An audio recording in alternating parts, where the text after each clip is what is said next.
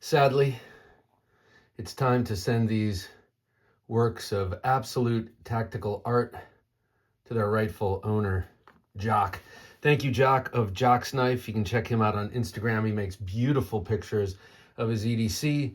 He's got a lot of great knives, and I know he's sent a lot of them through me to send to him. And I really, really appreciate it. It's given me a chance to check out a lot of knives that I haven't had a chance to experience.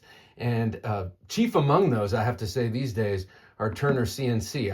I've had two of his Elvias come through here, the large one and the small one.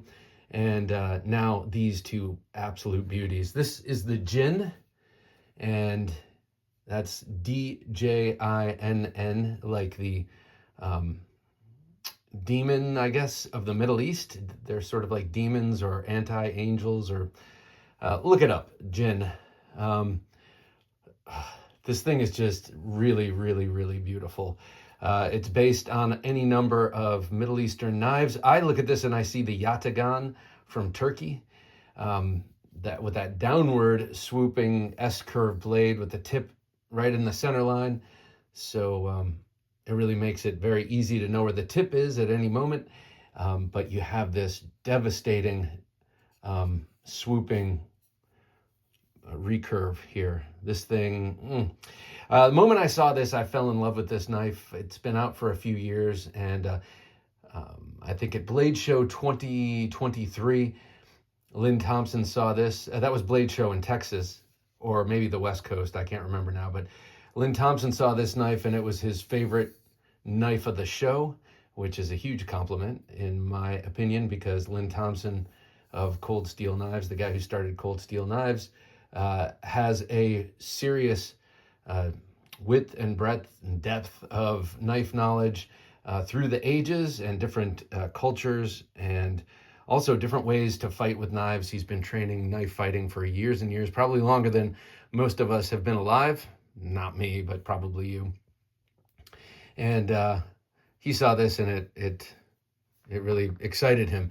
Looks a lot like his Vaquero model, which is also based on the Yatagan from Turkey. But also there are other Middle Eastern blades that this looks like, and I'm looking around my room. I have a number of them that my father has gotten for me on his various trips over there. I have nothing that looks like this though. Absolutely beautiful. You can order this knife when it's available, either single-edged like you see here, or double-edged. And don't fret if you get the single-edged. It's so thin on the swedge that you could find someone to sharpen it, or maybe you could sharpen it yourself. You have a beautiful CNC contoured handle here made of G10. I think this is G10. You know what? Let me see. Not much information on this knife not much information in the box. I think it's G10, or I don't know, it could be micarta. Doesn't matter. It's beautiful. It feels great in the hand. It's a nice long hand-filling handle, and this thing is light as light can be. So if you need a fighting knife, this would be an excellent one, I would say. It's just so nice.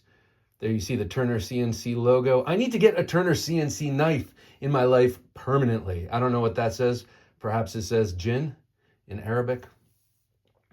You can remove these handle scales, and you know, for when blood and viscera gets underneath, you can clean it out.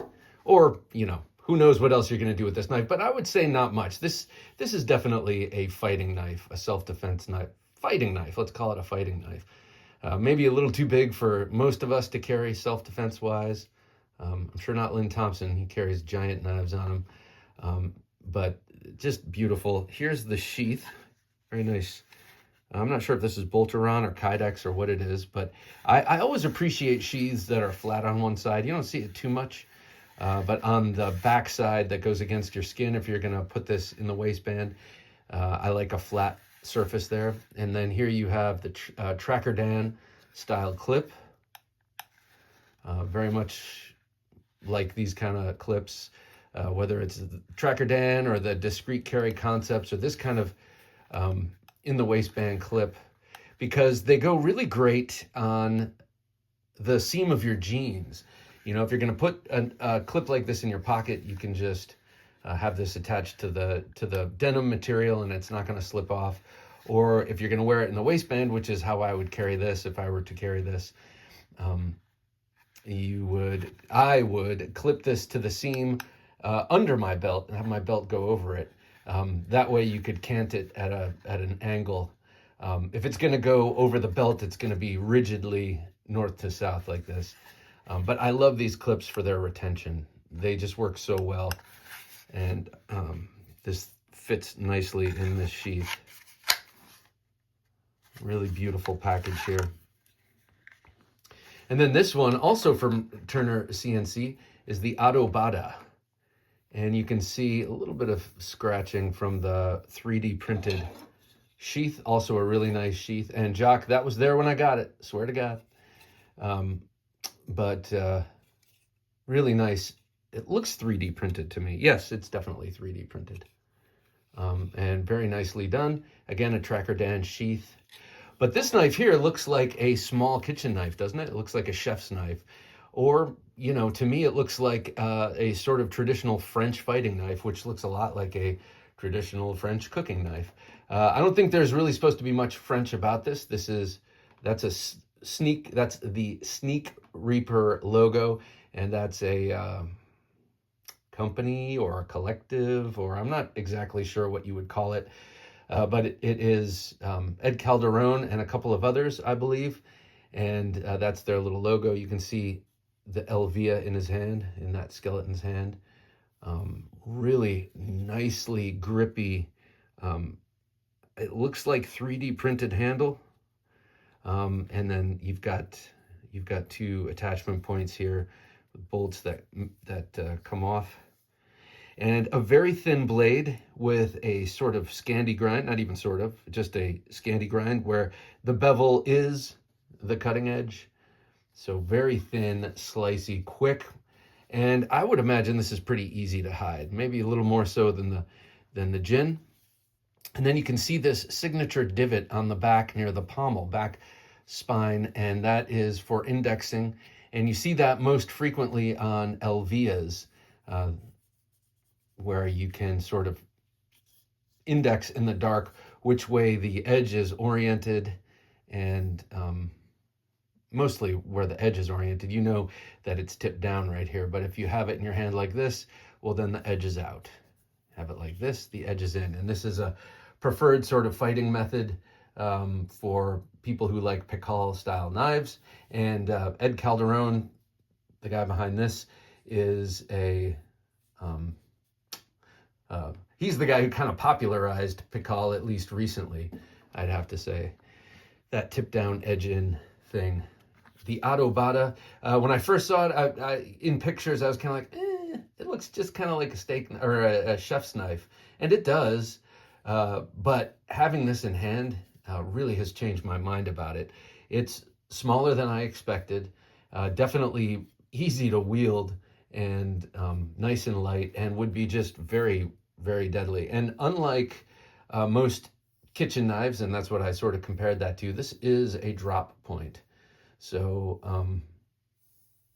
you have a point not at the spine, but a point more down the center line of the handle. And for what that's worth, you know, I'm not sure what that's going to do for you. I think it's going to make it easy to figure out where the point is, no matter how you happen to have grabbed the knife. And I like that. I just like these things, and I want to talk about them because I have to, after I finish talking about it, I've shown it enough on the podcast and on Thursday Night Knives.